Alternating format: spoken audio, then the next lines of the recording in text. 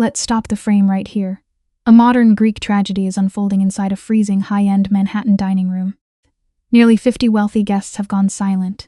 At the center of the room, a barefoot woman lies bleeding at Vincent Moretti's shoes. He is the kind of man who seems to own the air before he even speaks. The light catches the bruises around her throat. Vincent does not shout. He looks down at her, then at the room, and whispers that someone has made a very dangerous mistake. That is where the story begins. With a woman escaping one monster and falling at the feet of another. The story cuts back and strips away the glamour. This is how she ended up on that floor. People trapped in violent homes do not plan perfect escapes. They survive hour by hour. Emily has learned to smile when she is terrified, to wear long sleeves in July, to hide bruises before anyone can ask questions. Tonight was not a plan, it was instinct, bare feet against freezing concrete. Breath tearing in her chest, her body moving before her mind could catch up. She is numb, emptied out, almost outside herself. That numbness is not weakness. It is the last defense of a person trying to stay alive. We follow her through the cold shadows of the city. It is not the blood behind her that scares her most. And not even Jason's voice still echoing in her head. It is the silence inside her. Her nervous system is shutting down, preparing for the end. Still, she forces herself forward. Her brain can hold only one thought. If Jason finds her, she will not survive the night. So she throws her body against a massive oak door with the last strength she has left. There is no strategy now, only the blind. Desperate hope that one locked door might open. The heavy door gives way, and Emily falls into a bright, polished world, built for people who have never had to beg for safety. Dozens of guests turn toward her, silk dresses, dark suits, crystal glasses suspended in midair, their faces harden with shock, then discomfort. Emily's eyes search for exits before she even understands where she is.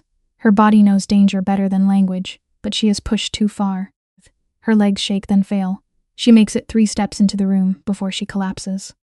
As if crossing the threshold has used up the last piece of her. There is no swelling music when she falls, just the blunt sound of reality. One knee hits the marble. Her hand smears blood across the white floor. Then she crumples into the shadows at Vincent Moretti's feet. The restaurant noise disappears.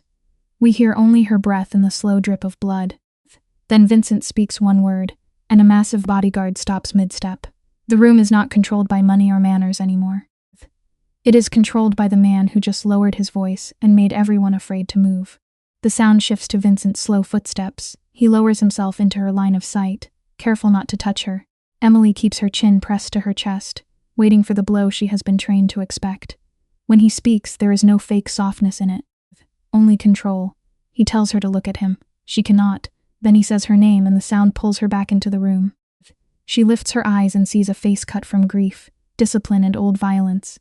He is not comforting. Somehow that makes him more believable. Harsh light cuts across Vincent's face. He looks cold enough to frighten a room full of powerful men. But he is not looking at Emily like an inconvenience. He looks at her as if everything else has disappeared. Her damaged mind rejects it. Men do not care for free. Men do not help without taking something back. Still, his gaze holds her there. He thanks her for looking at him. Then he tells the entire restaurant to leave. One wealthy customer starts to argue. Vincent simply repeats the order, quieter than before. And the man loses the courage to finish his sentence. The arrogant customer stumbles back, humiliated by nothing more than Vincent's stare. In less than a minute, the room empties. The wide shot leaves only Emily, Vincent and the guard at the door. Vincent asks her name, although he has already spoken it once. Her answer comes out like a child's whisper. Shame flashes across her face the moment she hears her own voice. Vincent does not move. Emily watches his hands, his shoulders, his eyes, waiting for the shift that comes before violence. Then he asks who hurt her. And the question lands harder than any accusation. Saying Jason's name feels like inviting him into the room. If she speaks it aloud, the thin thread holding her together might snap. The tightening in her throat gives her away. Panic rises, fast and familiar. Telling the truth has never made her safer. Then Vincent changes the rhythm. He leans back and tells her she does not have to talk. She only has to breathe. That confuses her more than cruelty would have. After months of being punished for every reaction, being allowed to breathe feels almost impossible. Her eyes flick to the door, still expecting Jason to appear. Emily studies the room, trying to understand the price. Vincent says bleeding on his expensive shoes is reason enough to help, especially since the restaurant belongs to him. It almost sounds like a joke, but no one laughs. Emily searches his face for the tiny change people make before they lie. There is nothing. The man is a locked vault. He says he only wants to keep her hidden from whoever is hunting her. Her logic screams trap, her body, ruined by cold and terror, cannot keep fighting, so she lets the danger in front of her become the only shelter available. There is nothing left in her body to burn. The rush that carried her through the city is gone. She lets this enormous crime boss lift her from the floor. That one surrender changes the direction of her life. His arms are careful. But the room still feels colder. The light seemed to dim. Emily feels it before she sees it. Her whole body locks against Vincent's chest. Jason Cole has entered the restaurant. The air dies at once.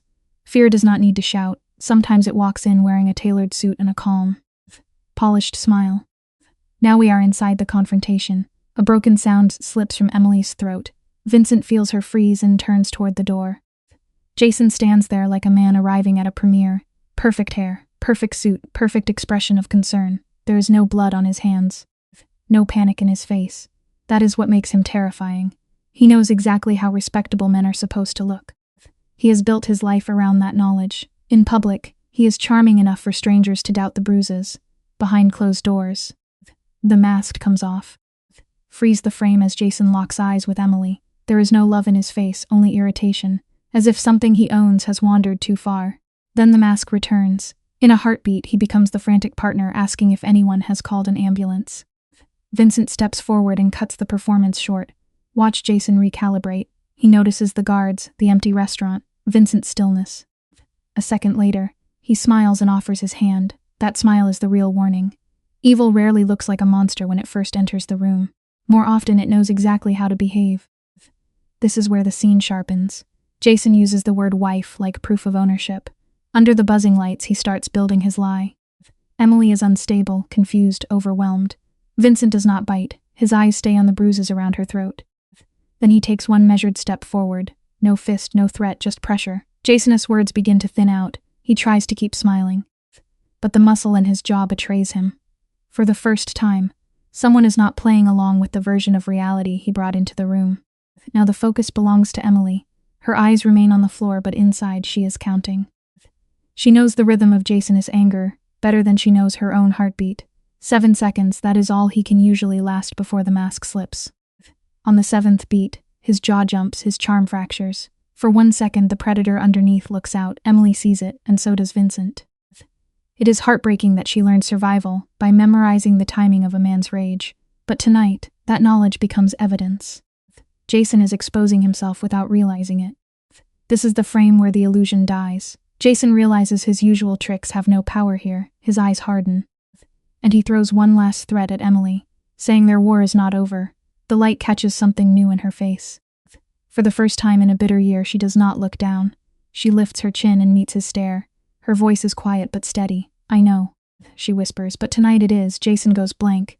He cannot process her defiance. The room seems to hold its breath as the invisible chain between them finally cracks. Jason leaves and the heavy oak door clicks shut behind him. Only then do Emily's shoulders collapse. A year of dread leaves her body in one rough breath. Vincent offers to take her to a hospital. When she flinches, he changes course immediately. His personal doctor can come to the penthouse instead. You will be safe tonight, he tells her. The line is simple, but the way he says it is not. He gives her the comfort of choice while still controlling the board. Emily repeats the word safe, barely able to believe it. Safety has never come to her without conditions. The moment stays on Emily's exhausted face as she treats safety like a rumor from another life. Vincent tells her that unseen safety is still safety. She studies him carefully. She has survived by reading violence before it arrives, the shift in breath, the tightening hand, the stillness before impact. Vincent has that stillness too, but it is different enough to confuse her. Is he a guardian? Or only a sharper devil in a better suit? She does not know, and because she does not know, she stays awake behind her own eyes, measuring every word. The image is brutal. Emily stands barefoot in a penthouse 43 floors, above the city swallowed by a velvet robe. Below her, Manhattan glitters like another planet. Carla leaves hot soup and fresh rolls beside the lamp. The moment Carla steps out, Emily's trembling hand shoots forward. She grabs the rolls and stuffs them deep into the robe pockets. She knows she is not in Jason's apartment anymore, but her body has not received the news. Hunger taught it faster than kindness ever could. The old war is still happening under her skin. Emily turns and freezes. Carla is still in the doorway watching. There is no judgment in the older woman's eyes, only recognition. I used to do that too, Carla says softly. Shame rushes up Emily's neck. She stammers about padlocked cupboards, mind games, and the way Jason used food to make her obedient. Carla steps closer, looks out at the city, and says Emily can keep the bread or leave it. Her choice. It is not pity, that is what matters, for the first time that night. Emily is not forced to explain her fear to someone who refuses to understand it. Carla's calm steadies her as if surviving until morning is enough for now. Then the door opens, and Vincent steps quietly into the dim light. He stays near the far wall, keeping his size out of her space. He sets down coffee and asks for nothing. He tells her she needs 3 days of rest and offers the penthouse as a sanctuary. Emily's instincts stay sharp. She asks if that means she can stay only as long as he allows. Vincent smiles faintly and tells her she will never be a prisoner in his home. She wants to believe him, that scares her. Vincent promises his doors will open for her. Emily studies him in the low light, knowing soft-spoken men can still demand terrible prices. The strange thing is, Vincent does not pretend to be harmless. He does not offer the tired hero act. He meets her exhausted stare and says plainly, I am not a good man, I do exactly what I want. It is arrogant, but it is not a lie. He tells her to eat, sleep for 8 hours, then judge him tomorrow. The corner of her mouth almost moves. Honesty from a ruthless man does not make him safe. It only makes him harder to dismiss. Exhaustion finally breaks through her defenses. Emily falls into bed and sleeps for 11 straight hours, deep and blank, like a hunted animal hidden in a cave. At dawn, low male voices drift through the door. The fragile sense of safety shatters, her eyes snap open. Her breath turns shallow. Her white knuckles tighten as she maps the room for exits, and anything heavy enough to swing. Peace does not feel peaceful to her yet.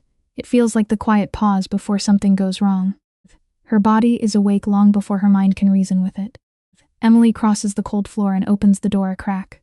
Through that narrow line, she sees Vincent, and Marco bent over the blue glow of a laptop. Scrolling through surveillance photos, her heart stops.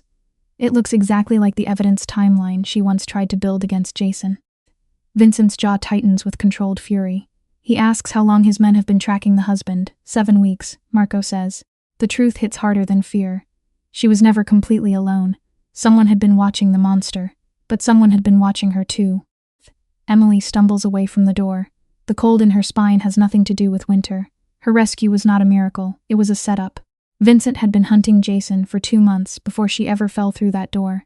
The unlocked entrance was not luck. It was a trap set by a mobster who had moved pieces around her life without asking. Savior and manipulator blur together in one sickening second. Emily grips the wall, trying not to slide down it. Being saved should feel clean, this does not. In the dim kitchen light, Jason's damage is still everywhere. Emily sits perfectly still, terrified that her mind is inventing ghosts again. For 16 months he tore her reality apart until she no longer trusted instinct, memory, or fear. Then a soft knock breaks the silence. In a small act of defiance, she takes the hidden rolls from her robe and places them back on the silver tray. She refuses to keep acting like the starving captive. Then she stands and walks into the corridor to demand the truth. This time, she will not let someone else narrate her life. The room turns heavy when she asks the question, "How long have you known who I am?" Vincent slowly lowers his porcelain cup to the saucer. In that silence, Emily studies his face. Jason trained her to fear waiting, to drown in the seconds before punishment. But this silence is different. She is the one holding it. Vincent does not move.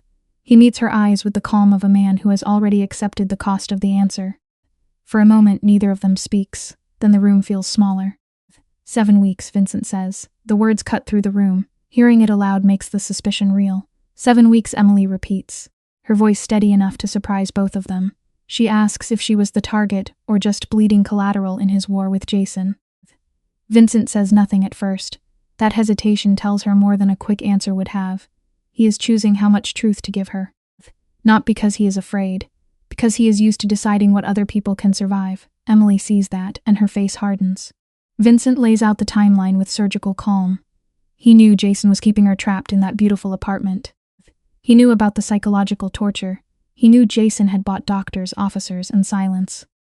Emily's eyes widen as the shape of it becomes clear. Her escape was not the wild accident she thought it was. Vincent corrects her gently.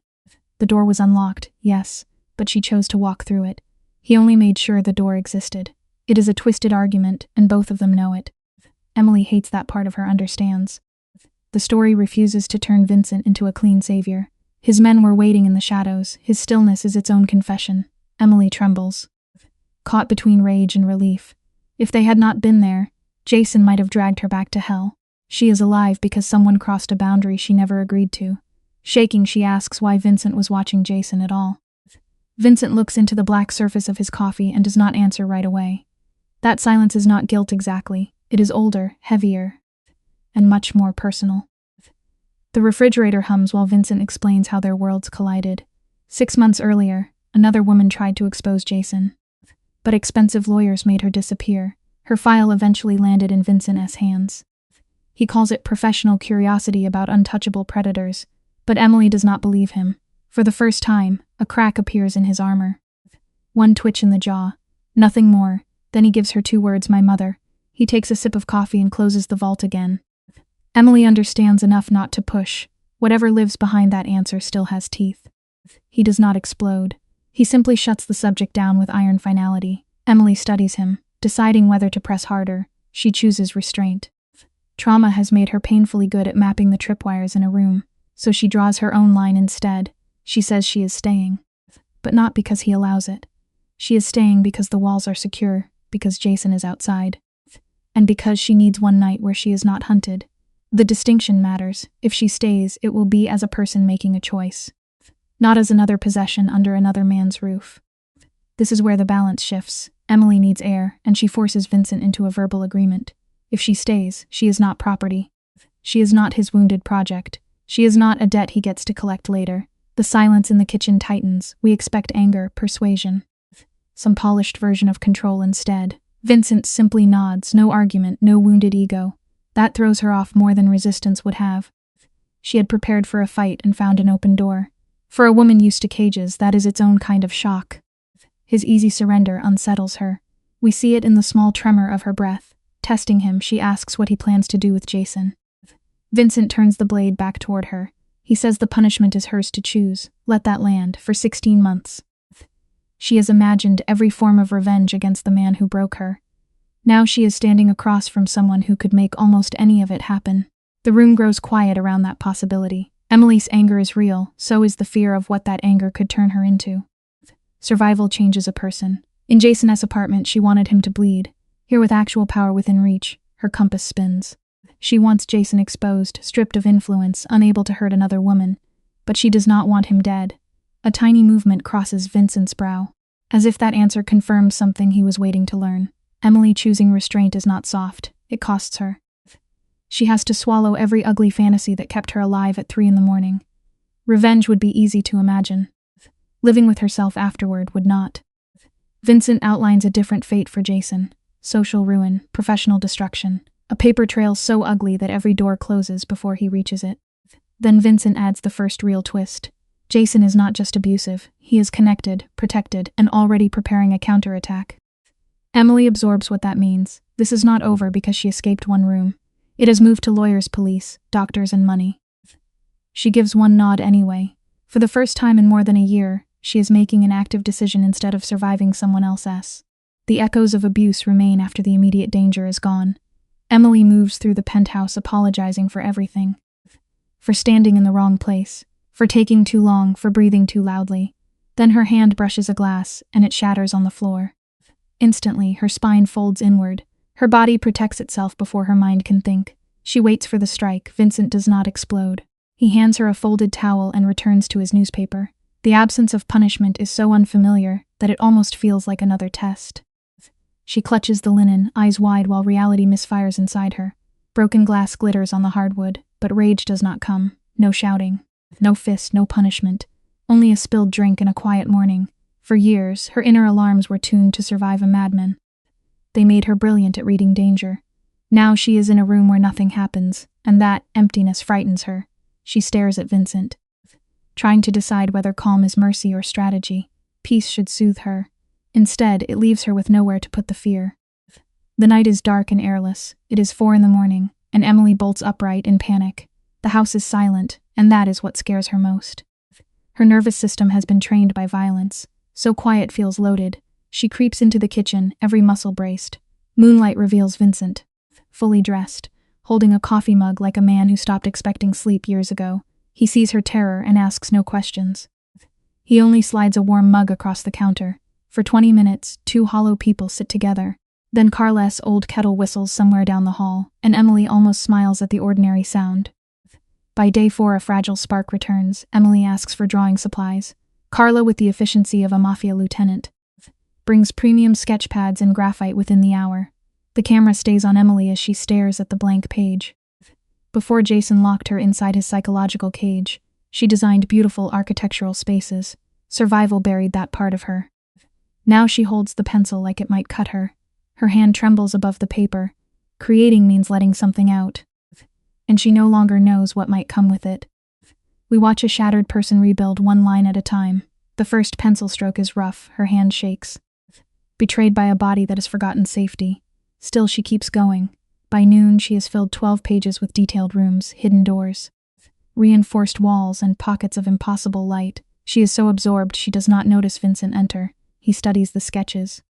Before she can apologize, his deep voice cuts in solid, he says. One word stops her panic. He is not looking at a victim-esque distraction. He is looking at a safe room designed by someone who understands fear. The dynamic turns strange and delicate.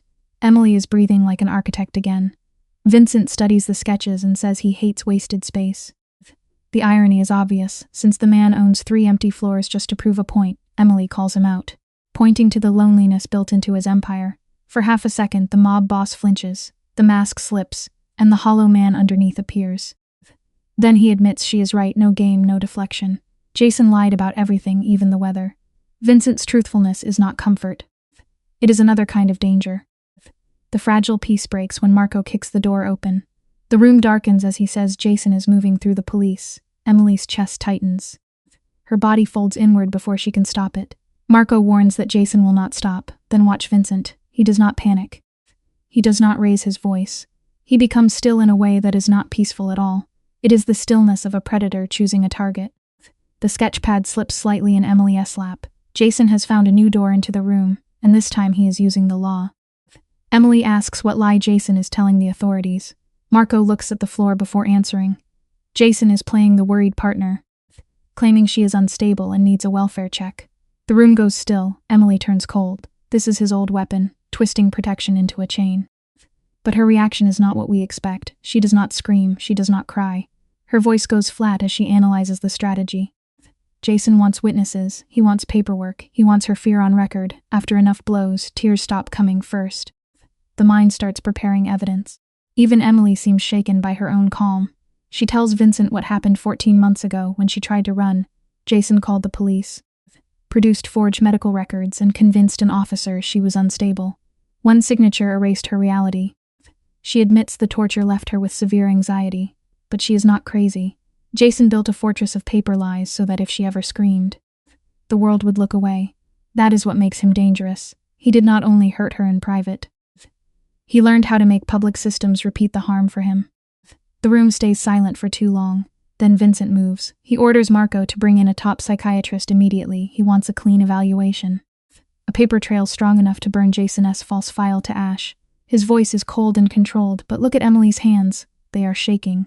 After years of manipulation, even help feels like a trap with better lighting. She cannot process someone defending her truth without wondering when that truth will be used against her.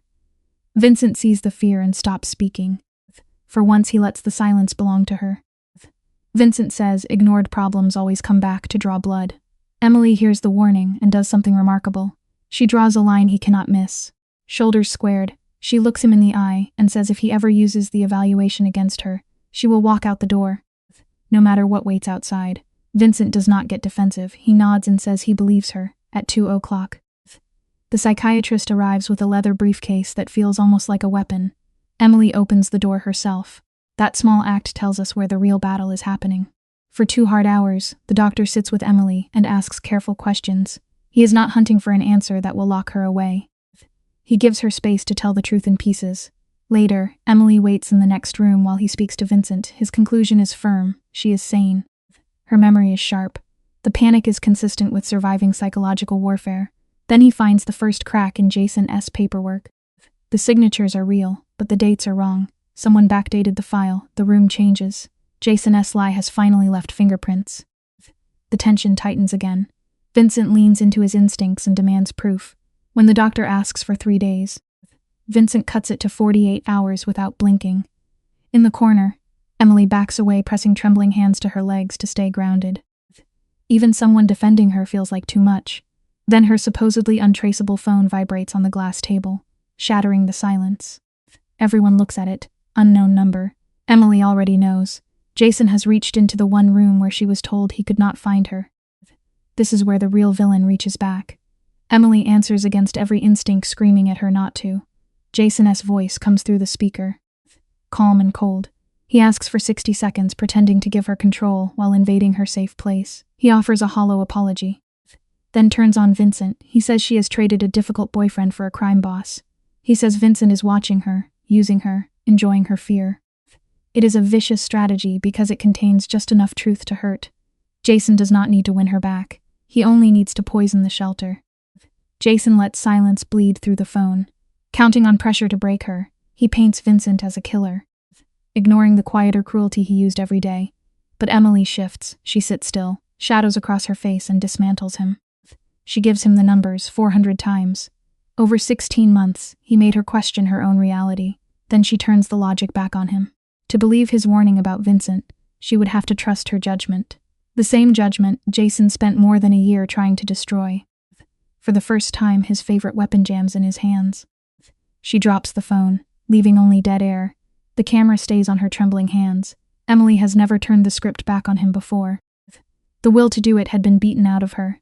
Now her body is panicking, but her mind stays clear. It is a painful contradiction. She is shaking so hard her knuckles whiten, yet her voice on that call was solid. She stands between victim and survivor, between terror and freedom. No one in the room rushes to praise her. They all understand that one clean sentence can cost a survivor everything she has. Just as she absorbs the clarity of her own mind, Vincent enters. The dim light catches his face and he reads the moment immediately. He does not rush to hold her. He studies Jason's call like a predator studying a blood trail, naming the manipulation for what it is. But his body language matters. He stays across the room, leaving space open so she does not feel trapped when she asks if she is truly safe. The irony hangs between them. She is asking a violent man whether he is sanctuary or another cage. Vincent does not answer too quickly. The room holds the heavy calm before a storm. Vincent promises she is secure, but his eyes tell a darker story. He knows a control freak losing his prize will escalate. He lays out the legal trap they are building for Jason, then his own mask slips. He admits the truth of his place in the criminal underworld, almost daring her to run. He watches her face, searching for a flinch that never comes. After living with a quiet monster inside her home, Emily is not shocked by darkness anymore. She is only interested in whether it tells the truth. Emily is finished being handled like a victim. The camera tightens on her face as she demands honesty, not half-truths. Vincent measures every word like a lit match near gasoline, and for once he respects the boundary. He gives her the ugly truth of his life and lets her choose what to do with it. Emily sits in silence, doing brutal mental math. Is trusting a dangerous shadow worth it if that shadow gets her away from the man who broke her mind? There is no clean answer. Survival rarely offers one, it only offers the next step. After Vincent lays out the bloodstained truth, the room seems to swallow sound. Emily exhales like someone who has been fighting in the dark for too long. She looks this lethal man in the eye and says she is staying. Then she asks what the cost will be. Vincent offers no soft comfort. He tells her they have 48 dangerous hours before Jason's next move breaks. He promises to stay anchored beside her until the clock runs out. In that moment, the trembling in her fingers stops, not because she trusts him completely, because at last she knows the shape of the danger. Her mind cannot accept safety easily. 16 months with a master manipulator warped the structure of her thoughts. Silence is not comfort. It is the pause before a blow. Even inside the penthouse, her alarms keep screaming. We see her sketching, eating openly, surviving a psychiatric call with steady precision. These are real victories. Still, her eyes keep moving to doorways. It is not madness. It is survival fused into the spine. The war outside may be changing, but the war inside her body has not yet received permission to end. Vincent runs the apartment like a bunker. Marco moves through the halls with updates. Then Diane Chen arrives, an attorney with the calm menace of a corporate assassin.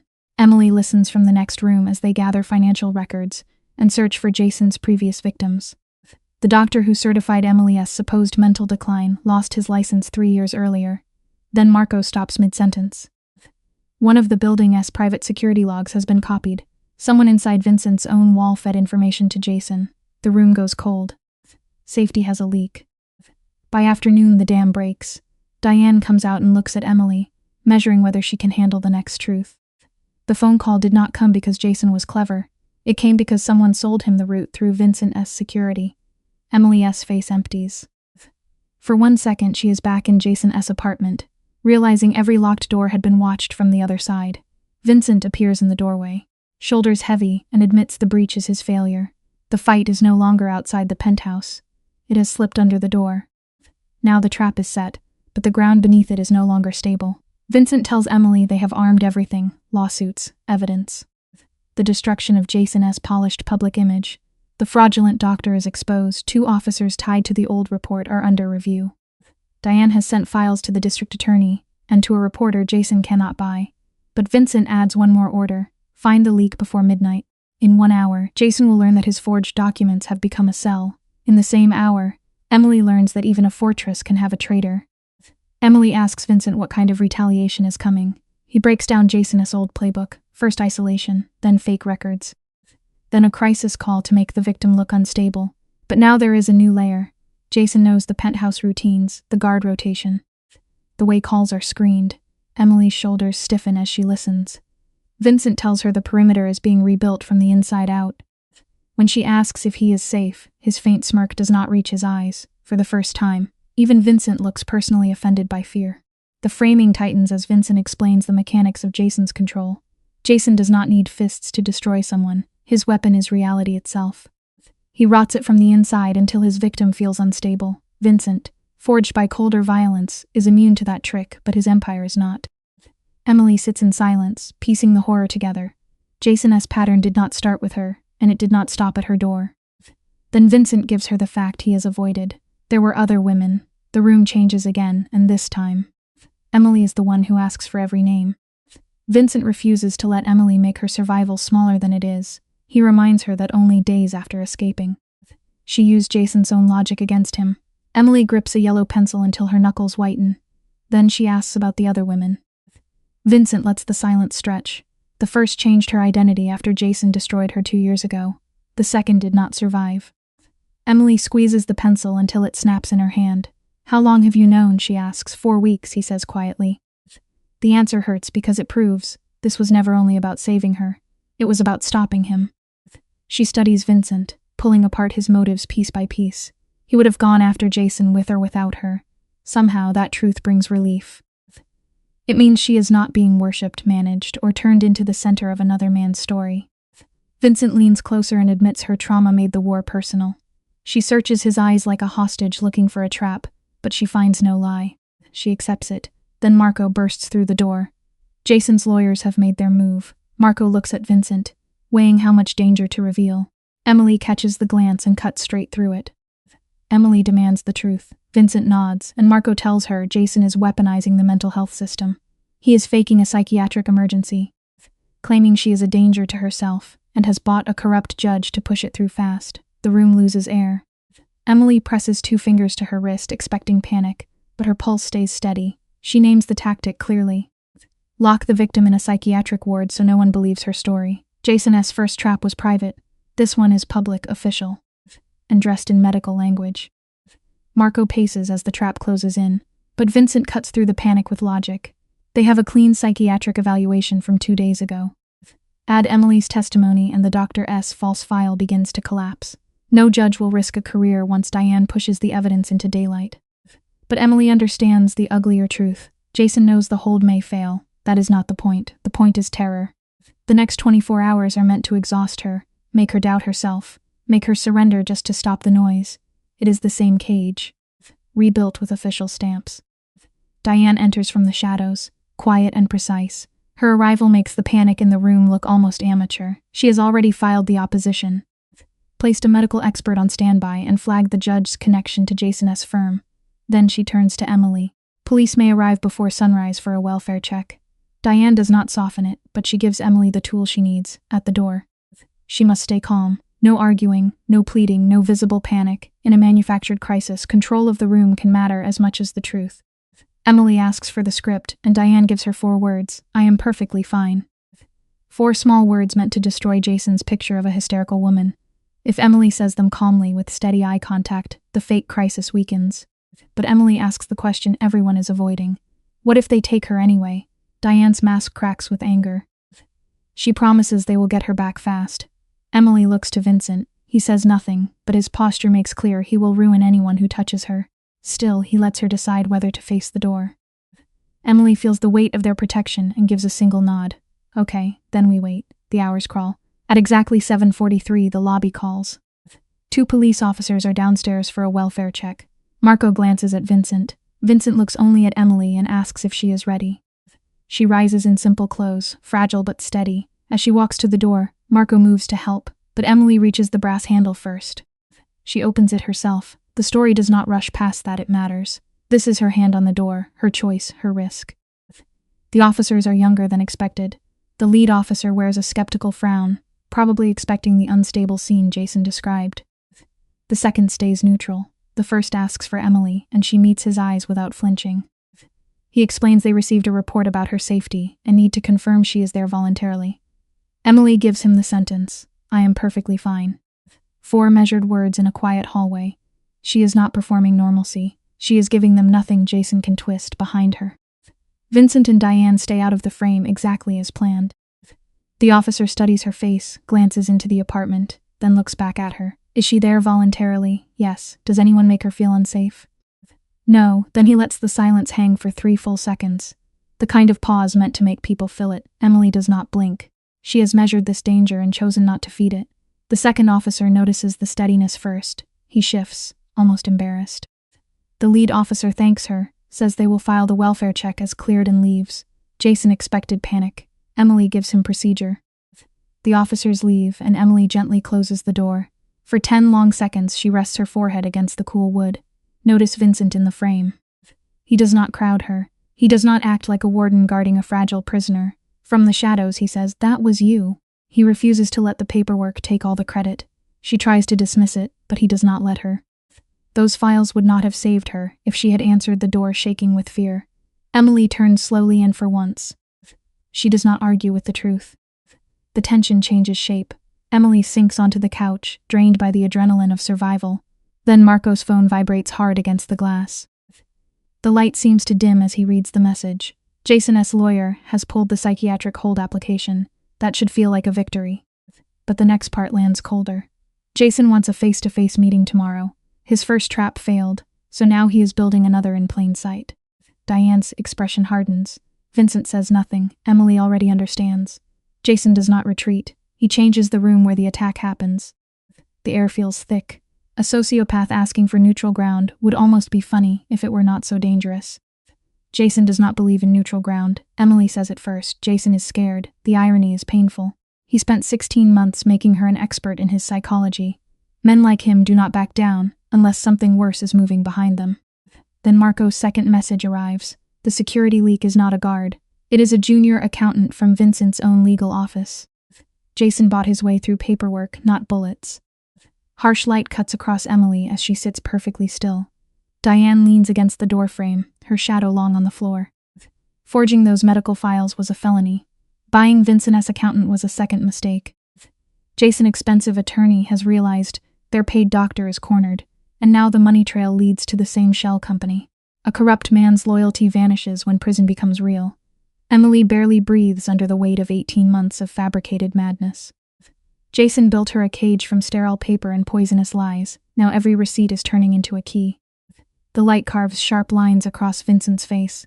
Jason's arrogance is almost blinding. He truly believed his paper fortress was untouchable.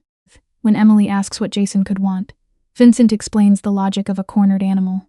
Jason wants to buy his way out. He will trade the fraudulent lawsuit, the leak, and the psychiatric hold for her silence. Then Vincent shifts the weight of the room. He asks Emily if she wants to go to the meeting. The choice lands in her hands like a blade. We see the flicker in her eyes when she realizes he is not deciding for her. The clock ticks through the heavy silence. Emily gives herself 1 minute to let the fear move through her, instead of pretending it is gone. Then she lifts her eyes and says she wants the meeting. Marco steps forward, ready to act as a shield, but she stops him with one sharp look. Then she repeats herself. The tremor is gone from her voice. What remains is flat, steady, and firm. She is no longer the broken patient in someone else's tragedy. If there is a room where Jason thinks he can end this, she wants to walk into it awake. Vincent watches her, seeing the shattered pieces settle into something harder. He ignores Marco's protests and orders the meeting set for 11 at the Lexington office. The strategy is clear.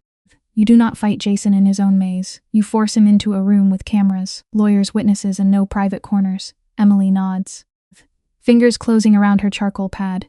For days, she has sketched dreamlike rooms to survive the pain. Now she flips to a blank page and draws the walls of the room she will enter. This time, imagination becomes preparation. The scratch of charcoal fills the silence as Emily sketches the meeting room from Vincent's description. She captures the table, the door, the chair closest to the exit, even the windows that do not open. Carla steps in, looks over her shoulder, and says there is something beautiful in it. Emily looks down and realizes she has filled the sterile corporate space with impossible sunlight. Her wounded mind found every shadow and forced light into it. It is not a fantasy anymore. It is a map for the first time. She is not drawing a place to hide. She is drawing a place to face him. Emily looks at Carla and says that tomorrow she has to face the man who crushed her. She needs to know she will not fall apart. Her voice does not shake. Carla sits beside her with the kind of understanding only survivors share. She reminds Emily what she did with the police. But Emily pushes it away. She says she knew what was behind that door. Carla's sad smile cuts through the room. That is exactly why it mattered. Opening a door is different when you already know the beast may be waiting on the other side. Carla holds her gaze and says, a woman standing in the truth will not collapse in a boardroom. Emily looks down at her sketch. Reality begins to settle into her nerves. She remembers the forged files, the captivity, the door she opened herself. Tomorrow Jason will walk in full of polished venom, expecting her to crumble. He still believes he owns her mind. That is the mistake the story has been building toward. His empire depends on her accepting his version of her life. Tomorrow, in front of witnesses, she will refuse. The most breathtaking moment in a tragedy is when the hunted stops running. The lens focuses on Emily's hand as she widens the window in her drawing, forcing more sunlight onto the page. Jason Cole will face her tomorrow, but she now knows the shape of his trap. The night brings no sleep. Yet there is no panic in her eyes. She moves through the quiet space between old numbness and frightening freedom. The obedient ghost he trained is gone. What remains is not fully healed, not untouched, not pure. What remains is awake. The bedroom is heavy with shadow. Emily lies awake, studying Jason's mind like evidence on a table. Memory cuts through the scene first. The glossy public mask, the perfect partner, the polished gentleman. Then the dead-eyed emptiness that appeared the moment the front door closed. For the first time, she lets herself feel the terror of that stare instead of burying it. At dawn, pale light enters the room. She rises and puts on her armor, dark trousers, a white shirt, a sharp blazer. She dresses not for peace, but for the war that is actually waiting. In the bathroom mirror, Emily sees a ghost of herself. It feels like looking into a boarded-up house she used to live in. Jason's cruelty left her too thin, with hollow eyes and too many nights without rest. Yet the spark behind them belongs to her again. She steps into the kitchen, where Vincent waits. His gaze moves over her like a battlefield inspection, checking the armor before the fight. He does not call her brave. He does not soften the moment. He simply nods. Carla slides a slice of toast onto the counter, and Emily takes one bite. It is small, but it is hers. Imagine a standoff where silence is more dangerous than a gun. Vincent asks Emily how she is holding up. She does not blink. Inside, she is frozen. But her eyes belong to someone ready for war. Those two truths can sit side by side. Vincent outlines the plan. Diane controls the boardroom. Marco watches the hall. Cameras record everything. Jason will not get a second alone with her. Then Vincent says the real truth. This meeting is a stage, and Jason is coming to attack her sanity. The old violence will be dressed as concern. To understand a predator like Jason, we have to understand his favorite weapon, twisting reality. Vincent warned her he would try to break her one last time, and Emily only nodded. She stayed awake all night, building a quiet fortress in her head. She knows the script. He will call her unstable. He will paint the people beside her as criminals. He will call cruelty love. It is the only trick he has left. But now, holding her coffee cup, her hands are steady. She will let him speak. She will let the room watch him dig. When she asks whether her silence will be a problem, Vincent does not answer with a speech. He simply looks at her, and calm understanding fills the room. Morning light falls across his shoulders. He stands there, asking nothing from her. He does not try to prove his strength or fill the silence to protect his ego. He just stays. Emily takes that in carefully. She spent years with a man who wanted to control even her heartbeat. Someone standing beside her, without taking the lead, feels strange, almost impossible. She does not trust it fully, but she does not run from it. The scene moves to the 14th floor of a cold Lexington Avenue office building. Glass and steel may look neutral, but every inch of the room is designed to intimidate. In a power struggle, the room is the first weapon. Jason is already seated at the head of the long oak table. Arriving early is part of his routine. It lets him occupy the space before she enters. Emily knows this performance. She has watched him use chairs, pauses, and eye contact to make people feel small today. She walks in knowing the trick. Look at the slight shake in her hand as she reaches for the door. More than a year of abuse has rewired her nervous system. Adrenaline floods her at once. Her body begs her to shrink, surrender, survive the old way. But Emily forces her foot onto the heavy carpet and enters. For one beautiful second, Jason's calm face cracks. He expected the broken girl he worked so hard to create. Instead, he meets the sharp line of her blazer and the iron in her stare. The woman he rehearsed for is not the woman who came through the door. It takes Jason less than 2 seconds to put the mask back on. He slips into character, voice sweet and worried, playing the concerned partner. He sighs as if grateful she is safe. Emily sits in the middle of the room and gives him nothing but a cold, empty stare. Then his lawyer, Price, tries to take over. He looks like a man whose morals depend on the size of the check. He clears his throat to begin a polite lie.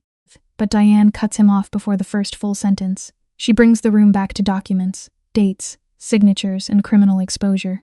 Diane drops the reality check onto the table with casual precision. Sworn statements, financial trails, payments to the disgraced doctor. A police report altered after the fact. The accountant Jason bought is already cooperating. The room changes at once. Jason reaches for his oldest trick because facts are cornering him. He turns emotional. His voice softens as he tries to make Emily forget everyone else in the room. He says he failed to be the man she needed. It is a perfect performance of remorse, delivered by someone watching for an opening. Emily cuts through the speech. She looks him in the eye and tells him the games are over. Jason freezes, then reaches for his ugliest move. With perfect pity on his face, he whispers that her mind is breaking, that she is too sick to remember clearly. Emily does not move. Her voice turns to ice. She tells him the medical board is already pulling apart his false records. Then Diane slides one page across the table. The backdated file with the wrong license number. Jason's eyes flick down for half a second. That is the first real crack. The irony is bitter. Jason has the nerve to use the word love, trying to dress his abuse as a burden he carried for her own good. Then Emily finally says his name. Her voice is flat, empty of the fear he used to feed on. That emptiness freezes him. She tells him to shut his mouth and listen. For the first time, the man who controlled every room looks lost. His world of lies is burning down in public. Emily takes her life back one sentence at a time, telling him her mind was fine before he invaded it and called the damage concern. The tables turn with quiet force. For more than a year, Jason picked her apart piece by piece. Now look at how she sits. She cuts through the remains of his control without blinking. She waves his expensive lawyer aside like an insect. Then she tells Jason she is not doing this for revenge, and that is the worst thing he could hear. It means he does not matter enough to hate forever. He is just a man in a chair, surrounded by evidence. Emily is not burning for him anymore. She is done letting him live at the center of her mind. Emily draws an invisible line across the floor and takes her life back beside her. Vincent's shoulders ease slightly, without saying it. She lets everyone know she is the only person holding the pen now. Across the table, Jason begins to unravel. His eyes search for the weak girl he used to control, but there is nothing left for him to grab. Defeated, he asks what she wants. She answers without hesitation. He will sign the agreement, destroy every false record, withdraw every claim, and never contact her again. If he refuses, Diane releases the files before he reaches the elevator. That last part breaks the room open. Diane places a second folder on the table. Statements from 2 former victims, bank transfers, the accountant's confession, and the name of the doctor ready to testify. Jason's lawyer goes pale. Outside the glass wall, 2 plainclothes investigators wait near reception. Not close enough to interrupt, but close enough to be seen. Jason finally understands. This is not a negotiation, it is a controlled detonation. His jaw clenches so hard it looks painful. A full minute passes before his ego bends. Then he reaches for the pen with a hand that is not quite steady. Jason takes one final swing. He leans over the table and whispers that Vincent is just another dangerous man waiting for his turn to hurt her. It is desperate, and it almost works because it touches a real fear. Emily does not pretend otherwise. She looks at Vincent, then back at Jason. "My choices are mine," she says. "He is standing beside me, that is all." She refuses to see the world through Jason as poison anymore. With one clean sentence, she shuts a door he cannot open again. Jason's face goes still for once. He has no script left. Pause the film here. We expect the monster to explode, to give us a screaming climax big enough for the damage he caused instead. We get the empty stare of a machine unplugged. Emily may have imagined a grand moment of liberation, but this is smaller and stranger. Cheap ink scratches across a legal pad. A signature lands where a threat used to be. 45 seconds and one pen begin to undo years of psychological hell. Closure does not arrive like thunder. It arrives like paperwork, breath, and a door that finally stays closed. The camera lingers on Jason. Watch his posture. He straightens, trying to sew his ego back together. He wants to look like a king choosing to leave his throne. Really. He is a frightened man scrambling to survive his own reflection. He throws out one last crafted line, hoping it will haunt Emily later, but the lens turns to her. Her emotional immune system is awake now. The light catches the iron in her stare as she looks through him, not at him. When the door clicks shut behind Jason, the room exhales. The room widens around them.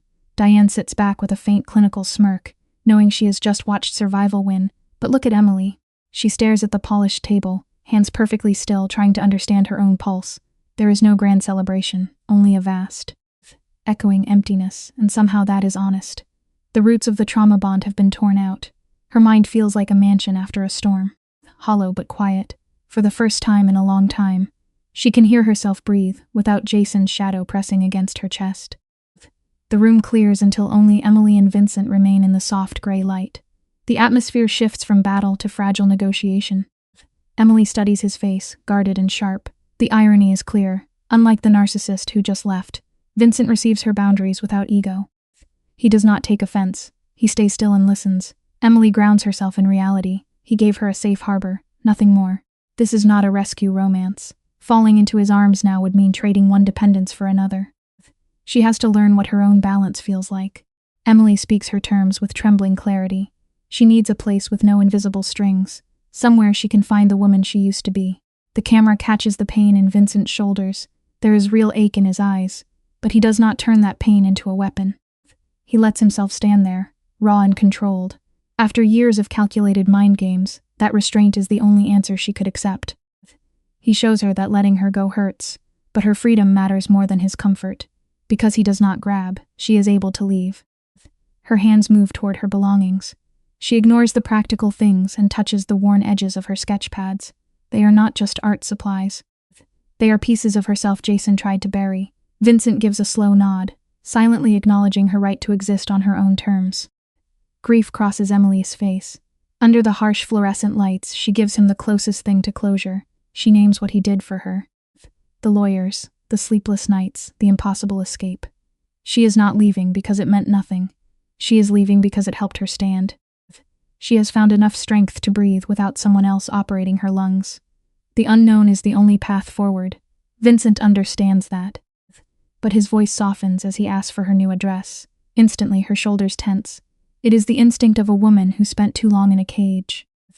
Seeing the fear in her eyes, Vincent steps back. He says she owes him nothing then, almost too quietly.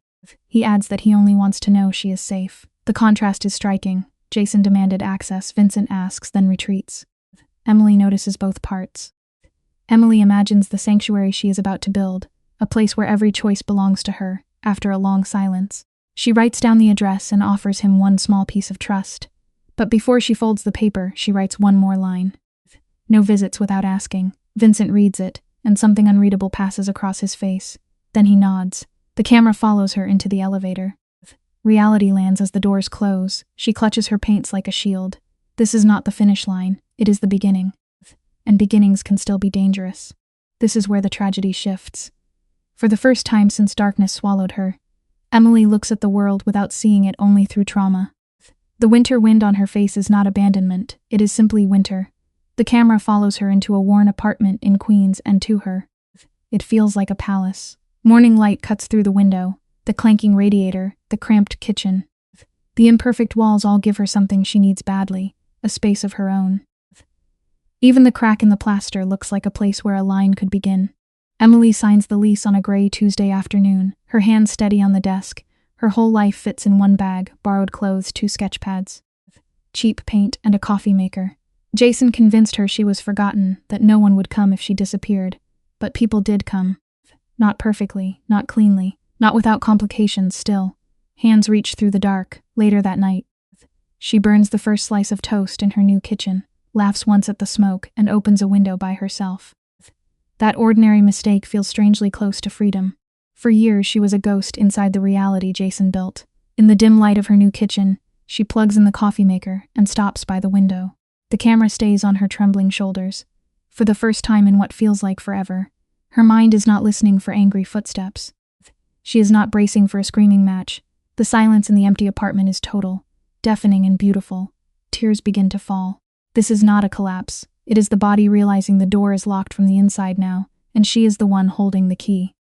The camera moves closer to the sketches. They are not doodles. They are blueprints of a woman taking her mind back. She draws a modest room she can afford, mapping a life where she finally holds the pen. That spark of independence keeps her awake until 2 a.m, and for the first time she sleeps without nightmares. Then the work with Dr. Okafor begins. In the warm office light, the therapist leaves candy on the table like a small signal of safety. Emily talks for 40 minutes, carefully naming the games that erased her identity. In that quiet office, Emily explains how Jason shattered her reality. Her voice is almost too calm. Dr. Okafor takes notes. Seeing the sharp mind beneath the trauma, speaking the nightmare aloud does not erase it, but it changes its shape. Jason becomes smaller in the light, not a monster from myth, but a small man who needed to destroy someone bright in order to feel powerful. The unfair part is that Emily must now rebuild from the wreckage he made. Still, every session steals a little more territory back from him. The camera follows her onto the subway, yellow light washing over her face. Her body shakes hard. It is not weakness. It is a nervous system releasing years of poison. She hides her trembling hands from Carla, because love that smothers can start to feel like another cage. Then there is Vincent. She studies every move he makes when he calls, scanning him like an animal startled by silence, but he does not force her hand. He offers one thing she has not had in years: a choice. That should comfort her. Instead, it makes her realize how much she still fears wanting anything. 3 hard weeks pass in quiet nights. When Emily finally calls Vincent, her thumb hesitates over the screen. She uses Carla as an excuse, lifting her friend S' name like a shield against rejection. Vincent understands. He tells a simple story about Carla dropping a ceramic coffee mug. A harmless mess. No yelling, no broken wall, no punishment. Emily listens longer than she meant to. Then she tells him she fixed the loose cabinet handle herself with a butter knife, in terrible language. Vincent laughs once, low and surprised. The sound does not save her, but it makes the room feel briefly human. Vincent casually says he notices things. It is the same phrase Jason once used before violence. Emily goes still, but from Vincent. The words carry no poison. The silence on the phone stays light.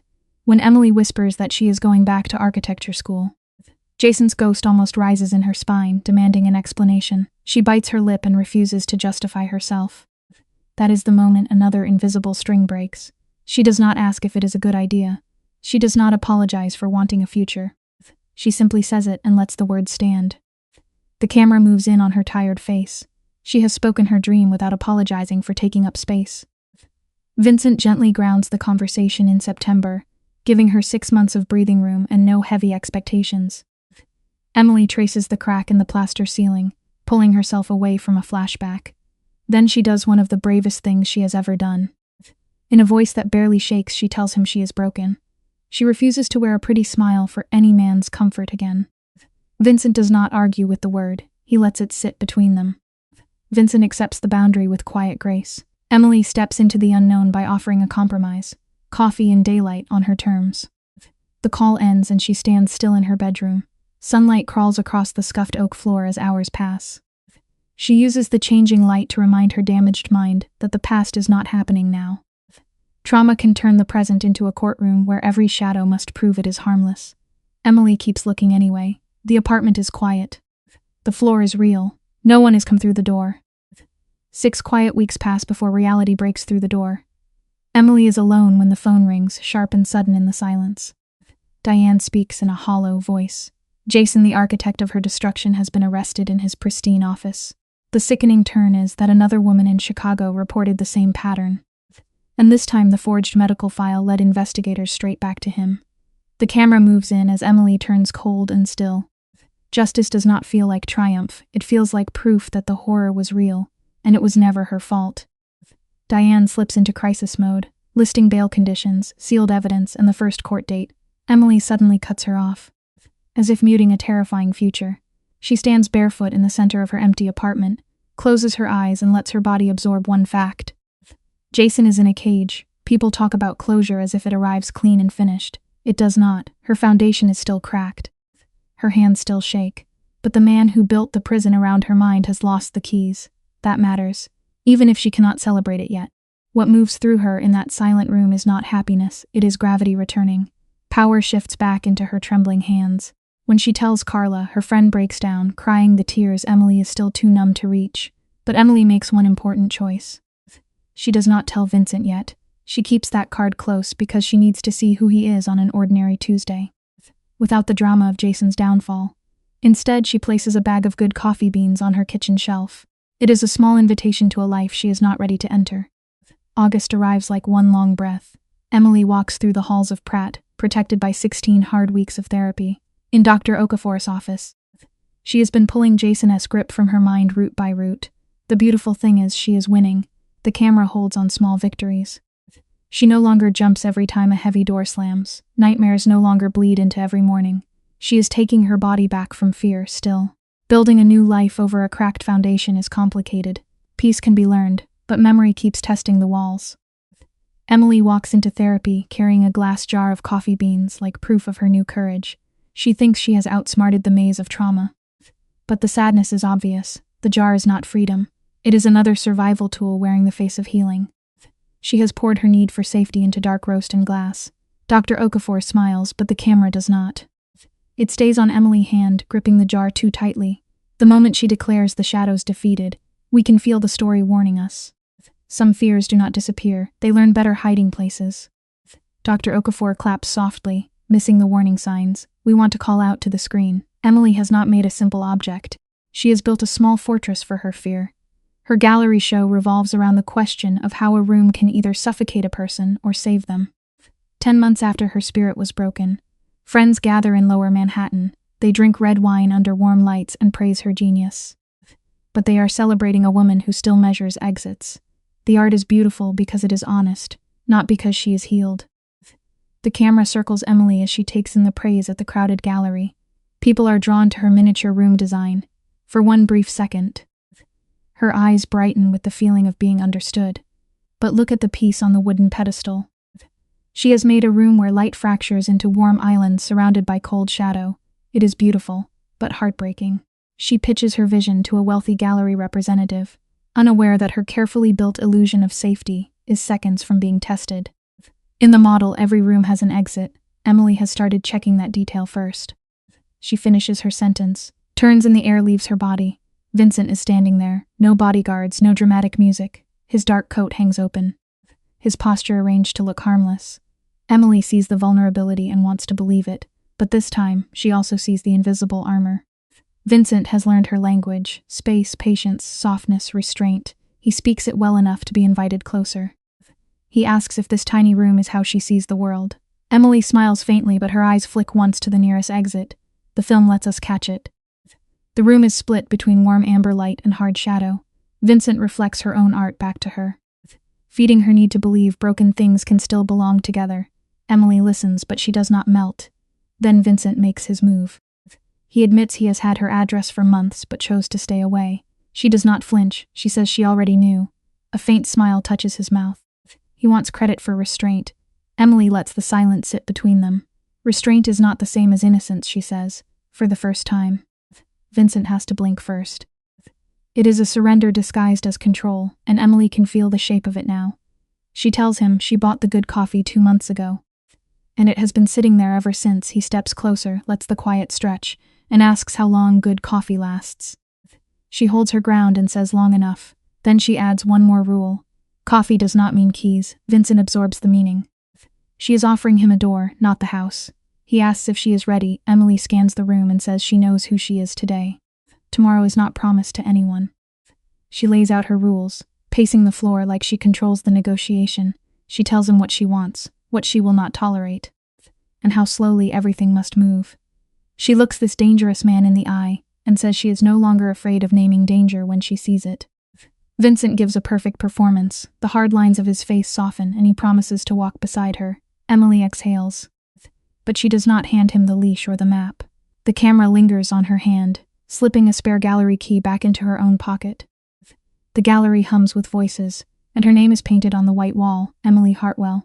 The same woman who once ran barefoot through snow, with almost no hope, now stands tall in a room. She no longer pretends to fully control. Victory moves through her like warmth, but not blindness. She knows danger can learn a softer voice. She knows safety is not a man, a room, or a lock. It is the moment she keeps the key in her own hand. From a distance, the scene is still haunting. She has stopped running, but she has not stopped watching.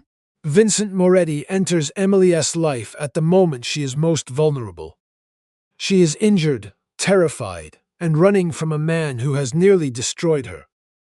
Vincent has power, money, people, lawyers, doctors, and protection. He could easily take control of everything and call it saving her.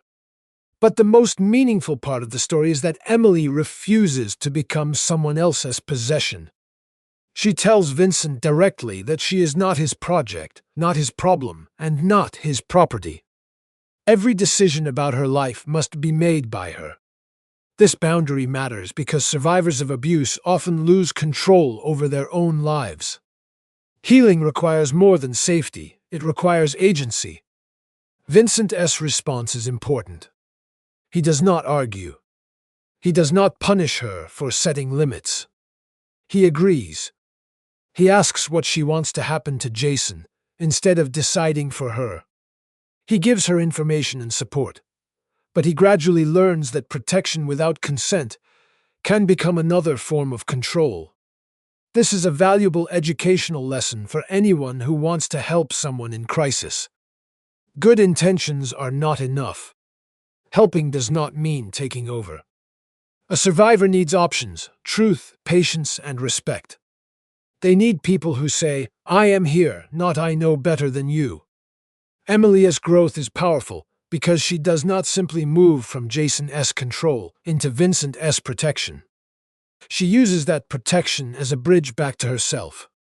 She eventually leaves Vincent's penthouse, finds her own apartment, returns to school, and rebuilds a life that belongs to her. The lesson is simple. Real help makes a person stronger, freer, and more fully themselves. If help removes someone's voice, it is not healing. It is just another cage.